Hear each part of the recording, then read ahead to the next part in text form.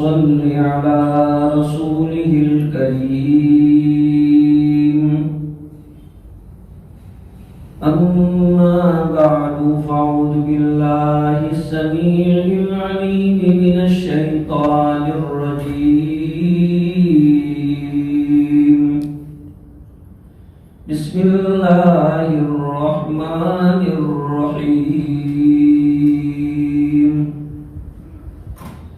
فمن شهد منكم الشهر فليصم، ومن كان مريضا أو على سفر فعدة من أيام أخر، يريد الله بكم اليسر ولا يريد بكم العسر، ولتكملوا العدة ولتكبروا الله على ما هداكم ولعلكم تشكرون. وقال تبارك وتعالى في مقام آخر: وسارعوا إلى مغفرة من ربكم.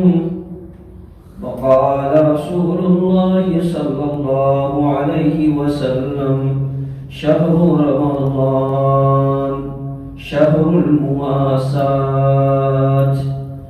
أو كما قال عليه الصلاة والسلام. صدق الله وصدق رسوله النبي الأمي الكريم.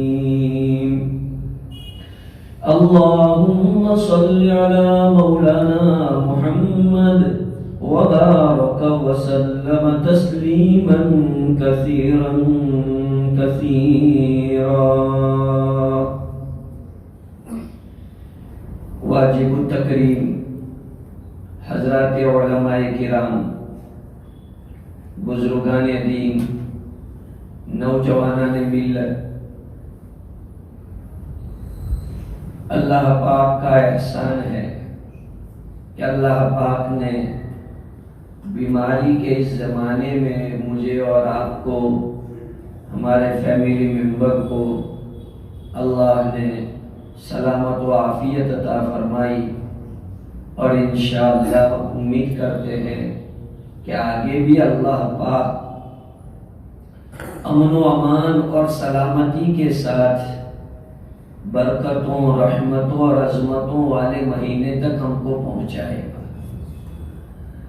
بزرگوں اور بھائیوں، آگے اللہ پاک کا ایک رحمتوں بھرا موسم، برکتوں بڑا موسم ہمارے اوپر سایہ فگن ہونے جا رہا ہے. اللہ کے رسول صلی اللہ علیہ وسلم اس مہینے کے لیے بیفور ٹائم شعبان میں تیاری میں لگ جاتے تھے، اور خود اپنے صحابہ کو اس کی تعلیم دیتے تھے. اللہ کے رسول صلی اللہ علیہ وسلم نے فرمایا: احصوا ہلال شعبان لرمضان. شعبان کی تاریخوں کو چوکس گنو، برابر یاد رکھو کہ آج اتنی شعبان ہوئی، آج اتنی شعبان ہوئی، تاکہ رمضان میں کوئی گڑبڑی پیدا نہ ہو. ہمارے یہاں کوئی مقدس مہمان آنے والا ہو، کوئی ریسپیکٹڈ گیسٹ آنے والا ہو، تو ہم اس کے لیے بیفور ٹائم کتنی تیاری کرتے ہیں، کتنا پرجوش اس کا استقبال کرتے ہیں. ہمارے کا دیا ہوا جس کے پاس ہو، اور جس طرح آپ اپنے وہ کھانے پینے کی چیزیں، کھانا پینا اسلام نہیں ہے. معاف کرنا، آج ہم نے سیلیبریٹ اور کھانی پینی اور انجوائے اور ان چیزوں کو اسلام کے ساتھ جوائنٹ کر دیا ہے، حالانکہ اسلام کا اس کے ساتھ کوئی تعلق نہیں ہے. وہ آدمی کا اللہ تعالیٰ کا دیا ہوا ہو، اس کے مطابق وہ اپنی ضروریات پوری کرے، وہ ضروریات کی چیز ہے. رمضان کی تیاری یہ ہے کہ ہم اپنا شیڈول بنائیں، نظام الاوقات قائم کریں، ٹائم ٹیبل بنائیں، دیکھیں کہ آپ کے کاموں میں کون سے کام ایسے ہیں جس کو آپ آفٹر رمضان انجام دے تو بھی کوئی حرج نہیں ہوتا ہے، کوئی پرابلم نہیں ہوتا ہے. تو ایسے کاموں کی فائل کو آپ پینڈنگ میں رکھ دیں. اس کو آپ پہلے سے ہی ڈیلیٹ کر دیں کہ بھائی یہ رمضان کے بعد کی چیزیں ابھی اس کو رکھو. آپ اپنے کاموں کے اندر شیڈیول میں دیکھو کہ ایمرجنسی میں کون سے ایسے کام ہیں جس کو مجھے رمضان سے پہلے نمٹانا ہے، تو ضرور آپ اس کو رمضان سے پہلے نمٹا دو. اگر آپ کوئی بیماری میں مثلا بلڈ پریشر ہے، شوگر ہے، اللہ آپ کو تندرستی دے، اگر ایسی کوئی بیماری ہے تو آپ بیفور ٹائم ڈاکٹر کے پاس جا کر چیک اپ کرا لو، اپنی دوائیاں برابر مہینے بھر کی لے لو، تاکہ رمضان میں دوڑ بھاگ نہ ہو، اور سکون کے ساتھ، اطمینان کے ساتھ رمضان کو ہم اللہ سے وصول کر سکیں. رمضان جس مقصدوں کو لے کر کے آ رہا ہے اس مقصد میں ہم کامیاب ہوں. رمضان کا مقصد ہے اللہ کی عبادت، توجہ کے ساتھ، اخلاص کے ساتھ اللہ کی عبادت زیادہ سے زیادہ انجام دینا. حضرت عائشہ رضی اللہ تعالیٰ عنہ، بخاری شریف کی روایت ہے، فرماتی ہے کان النبی صلی اللہ علیہ وسلم یجتہد فی رمضان ما لا یجتہد فی غیرہ. حضرت عائشہ فرماتی ہے کہ آپ کا اسٹرگل رمضان میں بڑھ جاتا تھا، آپ کی موومنٹ اور نقل و حرکت دینی اعتبار سے رمضان میں اتنی ہائی اسپرٹ پہ ہوتی تھی کہ غیر رمضان میں آپ اتنا کام نہیں کرتے تھے، حتیٰ کہ آپ اپنی مستورات کے پاس جانے سے بھی اوائڈ کرتے تھے. حالانکہ راتوں میں تو اللہ کی طرف سے الاؤ ہے، لیکن اس سے بھی پرہیز کرتے تھے اللہ کے رسول صلی اللہ علیہ وسلم، اور اس میں بتاتے تھے کہ رمضان کا مہینہ تو بس اللہ کی عبادت کے لیے ہے. اس لیے بزرگوں، پہلی بات تو میں آپ کو یہ بتاتا ہوں کہ سارے بیٹھا ہوا مجمع، خصوصاً ہمارا نوجوان طبقہ، اس کا عہد کریں، اس کی نیت کریں کہ انشاءاللہ ایک فرض نماز کی جماعت جانے نہیں دیں گے. کرتے ہیں عہد؟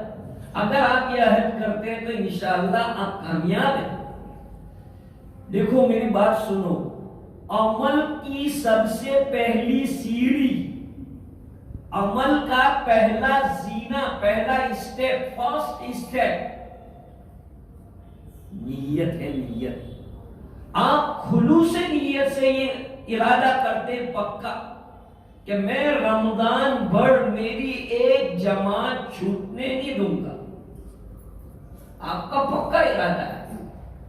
اور بائی چانس کوئی ایسی سچویشن ہو گئی تو میں ایک مفتی ہونے کے اعتبار سے آپ کو یہ فتویٰ دیتا ہوں کہ اللہ پاک آپ کو رمضان بھر کی جماعت کے ساتھ نماز پڑھنے کا ثواب دے گا، کیونکہ آپ نیت میں پکے تھے، آپ نے جو ہے اس کا پورا کام کیا تھا. لیکن بیچ میں ایسا سچویشن آ گیا تو اللہ اس کو معاف کر دیتے ہیں.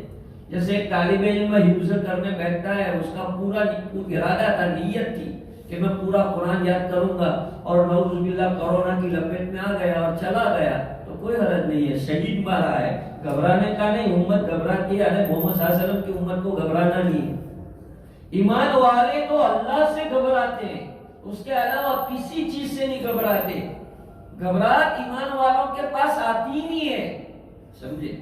اس لیے میرے بھائیوں، کسی بھی چیز سے نہیں گھبرا، بس گھبراؤ اس سے کہ ہمارا رب ہم سے ناراض نہیں ہو جائے، کوئی ایسا کام زندگی میں نہ ہو جائے کہ جس سے رب ناراض ہو جائے. ورنہ حکومتوں کے قاعدے کیا، ان کی پالیسیاں کیا اور ان کے فارمولے کیا، یہ سب چینج ہوتا ہی رہتا ہے، اس کی گھبرانے کی بات نہیں ہے.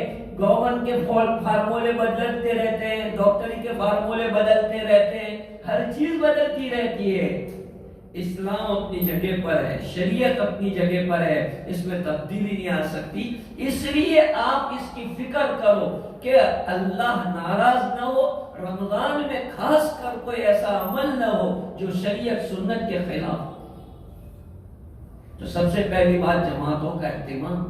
صحیح حدیث میں جو آپ کے سامنے نقل کر رہا ہوں، صحیح حدیث بخاری شریف کی حدیث، اللہ کے رسول صلی اللہ علیہ وسلم نے ارشاد فرمایا کہ جو بندہ 40 دن تک 40 days 40 دن تک اس طرح نماز، فرض نماز کو انجام دیتا ہے کہ اس کی تکبیر اولا فوت نہیں ہوتی. تکبیر اولا کہتے ہیں نماز جو امام اسٹارٹ کرتے ہیں اس وقت مسجد میں موجود ہونا، جماعت میں شریک ہونا اللہ اکبر کے ساتھ.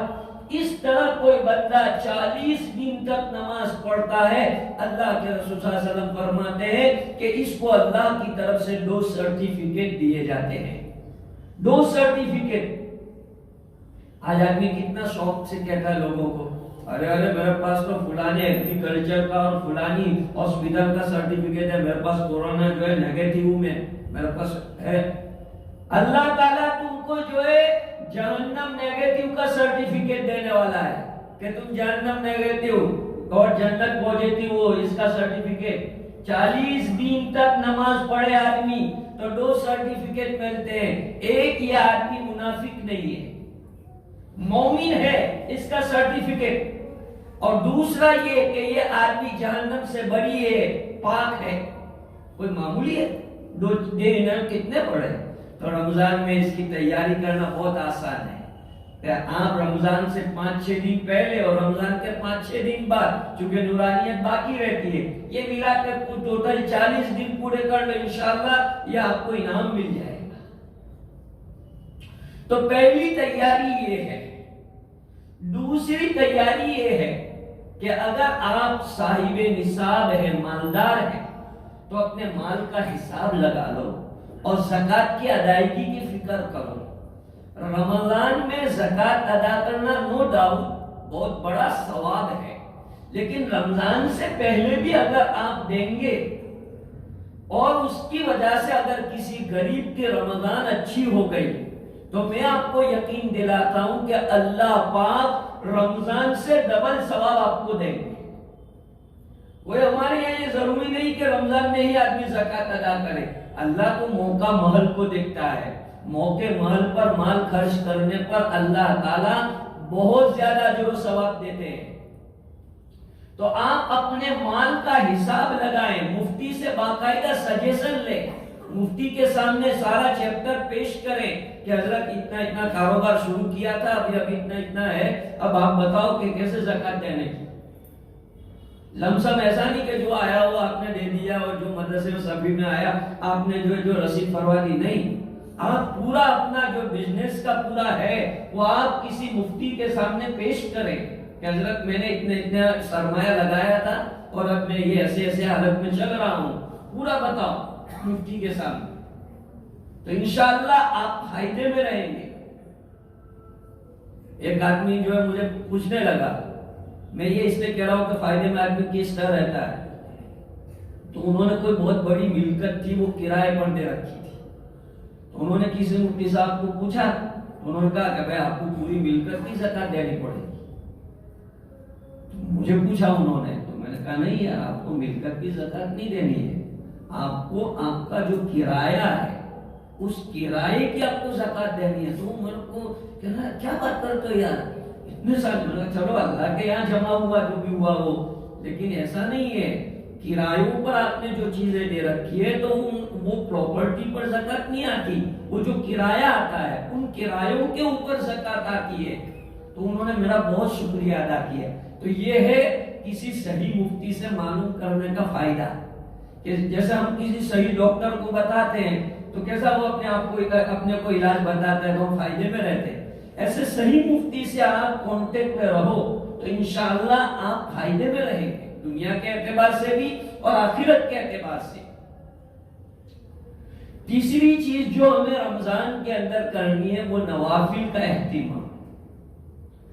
نوافل ویسے ایکسٹرا چیز ہے، فرض تو ہماری ڈیوٹی ہے، لیکن اللہ نے نوافل ہمارے فرائض کی تکمیل کے لیے بنائے.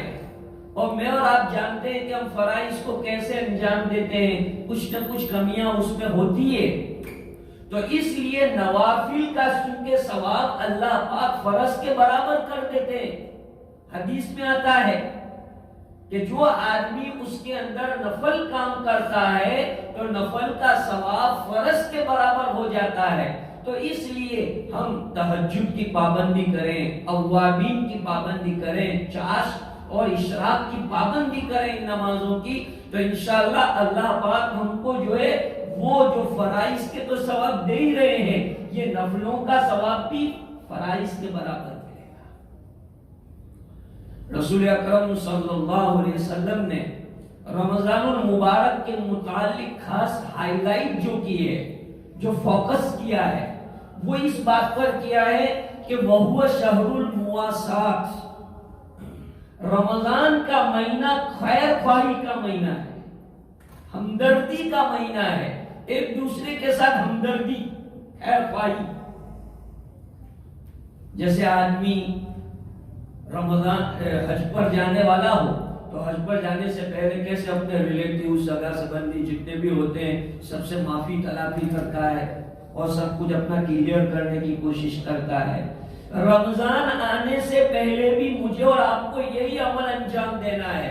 سارے ریلیٹیو سے جو ہے اگر کچھ انبن ہے تو معافی مانگ کر کے جو ہے ان سے اچھے ٹرمز بنا لو، اچھے تعلق قائم کر لو۔ دیکھو بزرگوں، بہت پیار سے آپ کو سمجھا رہا ہوں، معافی مانگنے سے کوئی آدمی چھوٹا نہیں ہوتا، آئی ایم سوری کہنے سے کوئی آدمی چھوٹا نہیں ہوتا، اس کی عزت سامنے والے کی نگاہوں میں بڑھ جاتی ہے، اللہ کے نگاہ میں تو بڑھتی ہی ہے معافی مانگنے سے، لیکن سامنے والا کے اندر انسانیت ہے تو سوری کہنے والے کو اچھا سمجھتا ہے کہ بھائی یار یہ سوری کہہ رہا ہے، اور سوری کہنا بہت بڑا لفظ ہے، کسی سے معافی مانگنا۔ تو اگر کوئی غلط کام ہو گیا ہے، ریلیٹیو کے ساتھ اگر کوئی غلط چیز ہو گئی ہے تو ہم ان سے معافی مانگ لیں اللہ کے واسطے۔ سیدنا ابوبکر صدیق رضی اللہ تعالیٰ عنہ کی روایت ترمذی شریف میں ہے، اللہ کے رسول صلی اللہ علیہ وسلم نے فرمایا کہ جو بندہ اللہ کے لیے معافی مانگتا ہے تو اللہ پاک اس کی عزت کو بڑھاتے ہیں۔ تو اس لیے ہم کو اللہ کے لیے اپنے رشتہ داروں سے تعلقات معافی مانگ لینی ہے اور تعلقات کو استوار کرنا ہے، اللہ کے رسول کی حدیث پر عمل کرنا ہے۔ رسول اللہ صلی اللہ علیہ وسلم نے فرمایا کہ وَهُوَ شَهْرُ الْمُوَاسَات، یہ تو خیر خواہی کا مہینہ ہے، اپنوں کے ساتھ غیروں کے ساتھ خیر خواہی کرو، اور خیر خواہی کرنا تو کوئی صحابہ سے سیکھے کہ خیر خواہی کس کو کہتے ہیں، ہمدردی کس کو کہتے ہیں۔ پوری حکایت صحابہ بڑی بڑی ہے، اور ہمارے حضرت شیخ نے فضائل اعمال کے شروع میں پورا حکایت صحابہ کے عنوان سے چیپٹر قائم کیے ہیں، ایک ایک صحابی کے واقعے نقل کیے ہیں کہ کیسی ہمدردی کوئی بلیو نہیں کر سکتا اور اس کا ایگزامپل کوئی نہیں دے سکتا ہے۔ ایسی ایک صحابی تھے حضرت ابو جہم، فرماتے ہیں کہ میرے چچازاد بھائی غزوات میں گئے ہوئے تھے تو میں نے پانی لیا اس نیت سے کہ بھائی گرمی کا موسم، جو لوگ حج عمرہ کرنے جاتے ہیں انہوں نے عربستان کی گرمی دیکھی ہے کہ کیسی ماشاءاللہ ٹیمپریچر ہوتا ہے، کیا آدمی گھبرا جاتا ہے اور طواف کرتے ہوئے، بلکہ لگژریوں کے ٹائر پھٹ جاتے ہیں جب دوپہر کو، جب لگژریاں جاتی، اسی لیے مدینہ جانا ہو تو راتوں کو لوگ نکلتے، اتنی خطرناک گرمی۔ تو ایسے گرمی کے موسم میں انہوں نے پانی کا مشکیزہ لیا کہ میں جو ہے زخمی لوگوں کو پلاؤں گا، چنانچہ انہوں نے دیکھا کہ ان کا قزیم جو ہے چچازاد بھائی وہ زخمی حالت میں پڑا ہوا ہے، تو اپنے قزیم کو ایسی حالت میں دیکھا تو جلدی سے پانی دینے کے لیے گئے، جیسے بیمار آدمی کو ہم جلدی سے پانی پیش کرتے ہیں، تو انہوں نے پانی پیش، تو قریب والے نے پانی کا تقاضا کیا، تو حضرت ابو جہم فرماتے ہیں کہ میں ان کے پاس جا رہا تو میرے قزیم نے اشارہ کیا کہ ان کو، یعنی ان کے پاس جاؤ، ان کو پانی دو، وہ زخمی پڑے ہوئے ہیں میدان میں، اور کیا تھا، پڑوس والے نے پانی کا تقاضا کیا۔ آج ہم ٹریولنگ میں ہوتے ہیں اور ہائی وے پہ ہوتے ہیں، بہت پیاس لگتی ہے تو بازو والے کا بھی خیال نہیں کرتے، ایک سیٹ پہ بیٹھا ہوا ہے، بازو میں بیٹھا ہوا ہے، پہلے ہم جوس کا گلاس لے لیتے ہیں، پہلے پانی ہم لے لیتے ہیں، بازو والے کا خیال، جو ٹریولنگ میں اپنا ساتھی ہے اور یہ میدان کے اندر اس کا خیال کر رہے ہیں۔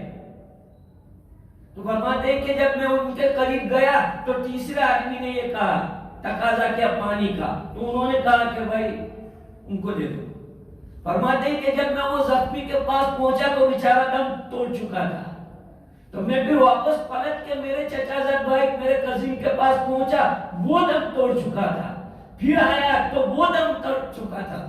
اللہ اکبر، یہ کوئی مووی کی سٹوری نہیں ہے، کتنی زبردست پریکٹیکلی مثالیں ہیں کہ مواسات خیر خواہی اس کو کہتے ہیں کہ میدان جہاد کے اندر پیاسا جان دینا گوارا کیا، لیکن اپنے بھائی سے پہلے پانی پینا گوارا نہیں کیا۔ ہم اس کا کوئی ایگزامپل دے سکتے ہیں؟ سگے بھائی کے ساتھ، کوئی ریلیٹیو کے ساتھ انبن ہوئی ہو اور ایسی کوئی ہم مثال پیش کر سکتے ہیں؟ بولنا آسان، سننا آسان، پریکٹیکلی دنیا میں اس کو کر کے دکھانا بہت مشکل، بلکہ میں تو کہتا ہوں کہ ناممکن، ہمارے مزاجوں کے اعتبار سے، طبیعت کے اعتبار سے، ورنہ اللہ کے لیے کوئی امپوسیبل نہیں ہے۔ ہماری طبیعت اور مزاج کے اعتبار سے یہ میں نے ایک ایگزامپل پیش کیا شہر المواسات کا، کہ ہمدردی کوئی صحابہ سے سیکھے کہ ہمدردی کس کو کہتے ہیں۔ حضرت عمر رضی اللہ تعالیٰ عنہ کا دور ہے، حضرت عمر رضی اللہ تعالیٰ عنہ گشت کر رہے تھے راتوں کو مدینہ منورہ میں، یہ ان کی محبوب سنت تھی گشت کرنا۔ آج ہمارے ذمہ داروں کو بھی چاہیے کہ وہ اپنی ذمہ داری کے اندر گشت کرے، دیکھے کوئی انسٹیٹیوٹ کا ذمہ دار ہے، کسی ادارے کا ذمہ دار ہے، مسجد کا ذمہ دار ہے، کسی چیریٹی کا ذمہ دار ہے، تو ذمہ داری تو بہت اچھی چیز ہے، لیکن اس کا نبھانا اور اس کی نگرانی کرنا یہ نبیوں کی سنت ہے، صحابہ کی سنت ہے۔ بخاری شریف میں اللہ کے رسول کی حدیث موجود ہے، کلکم راعٍ وکلکم مسئول عن رعیتہ، قیامت میں اپنی ذمہ داریوں کے مطابق تمہیں اللہ کے دربار میں جواب دینا پڑے گا، اس لیے نگرانی کرو۔ صدر بن جانا، پریسیڈنٹ بن جانا، وائس پریسیڈنٹ بن جانا، سیکریٹری بن جانا، یہ تو بہت آسان ہے، لیکن اس کا رول پلے کرنا ویری ڈیفیکلٹ۔ صحیح معنی میں پریسیڈنٹ کا رول ادا کرنا یہ بہت مشکل ہے، سمجھے؟ تو حضرت عمر رضی اللہ تعالیٰ عنہ مدینہ منورہ میں گشت کر رہے تھے، باہر دیکھا کہ جھونپڑی ایسی ہے اور بچے بھی بلا کر رو رہے ہیں۔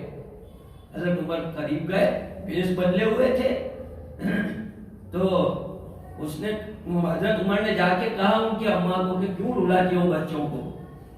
کہا جاؤ نے تمہارا کام کرو نا، کیا کریں گے، رلائیں گے نہ، تو کچھ تو ہے تو نہیں، کھانے کے لیے کچھ نہیں ہے کہ یہ پتیلی چڑھا کے رکھی ہے چولہے پر، کہ یہ تو بچوں کو پھسلانے کے لیے، اندر تو پانی ہے، کچھ بھی نہیں ہے۔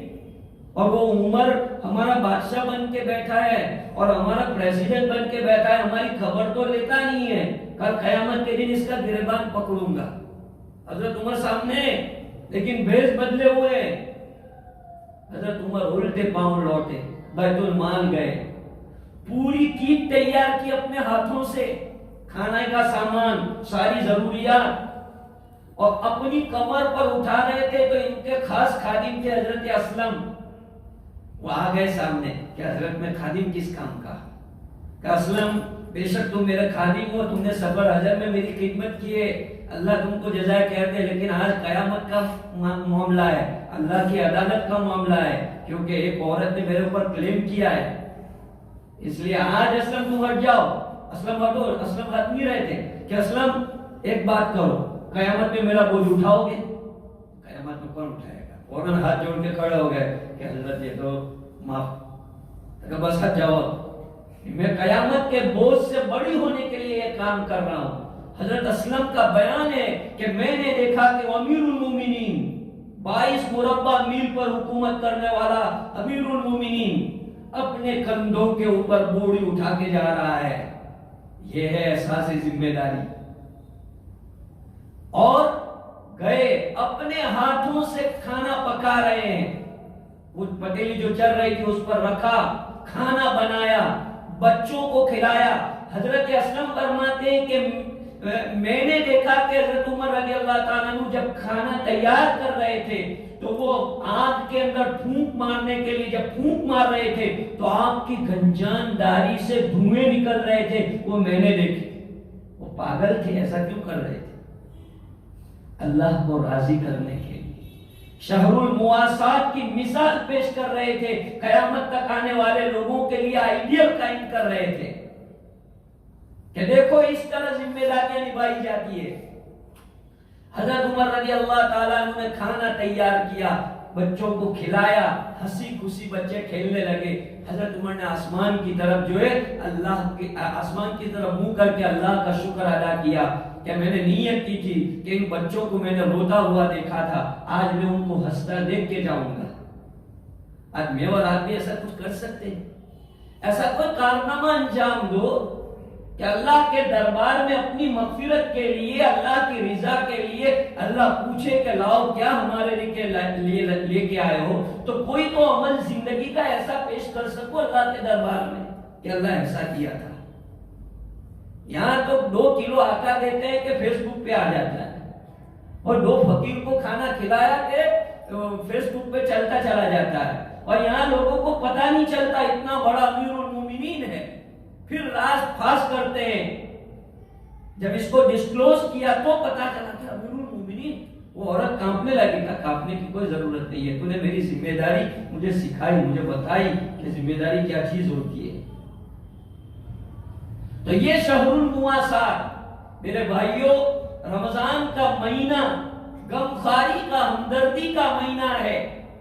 اللہ تعالیٰ کے یہاں کسی چیز کی کمی نہیں ہے، اللہ کے خزانے انلیمیٹڈ ہے، ہماری ضروریات لیمیٹڈ ہے، ہماری یعنی پوری دنیا کی ضروریات لیمیٹڈ ہے۔ یاد رکھنا، پوری دنیا کے ایک ایک انسان کو اللہ اس کی آرزو اور تمنا کے مطابق دے دے تو بھی اللہ کے رسول کی حدیث ہے مسلم شریف کے اندر کہ جیسے ہم سمندر کے اندر انگلی ڈالتے ہیں اور ہماری انگلی پر کتنا پانی آتا ہے، بس اتنی کمی اللہ تعالیٰ کے خزانے میں آتی ہے، اور اللہ تعالیٰ کے خزانے وہ سمندر کے پانی کی طرح سے وسیع رہتے ہیں، پھر بھی کمی نہیں آتی، ساری دنیا کی ضروریات۔ لیکن اللہ روزہ چھڑوا رہے، اللہ تعالیٰ کھانا چھڑوا رہے، پینا چھڑوا رہے۔ کیوں؟ غور سے سننا، علماء نے بہت حکمتیں بیان کیے، لیکن ایک حکمت میں بیان کرتا ہوں، اللہ نے میرے دل میں بات ڈالی ہے، اس کے مطابق میں تم کو بتاتا ہوں۔ علماء نے بہت حکمتیں لکھی ہوگی روزے کی کہ روزہ کیوں ہے، لیکن میں آپ کے سامنے ایک حکمت بیان کر رہا ہوں۔ اللہ فرماتے ہیں صحیح دوست جو ہوتا ہے وہ چاہتا ہے کہ میرا دوست میرے جیسا بن جائے، جو مخلص دوست کھانے پینے والا نہیں، جو مخلص جگر، آج فیس بک والے دوست نہیں، واٹس ایپ والے دوست نہیں، صحیح معنی میں جو ابو بکر جیسے دوست ہوں، جنہوں نے زندگی بھر دوستی نبھا کے بتائی ہوں۔ تو ایک صحیح دوست یہ چاہتا ہے کہ میرا دوست میرے جیسا ہو جائے، محب چاہتا ہے محبوب میرا جیسا ہو۔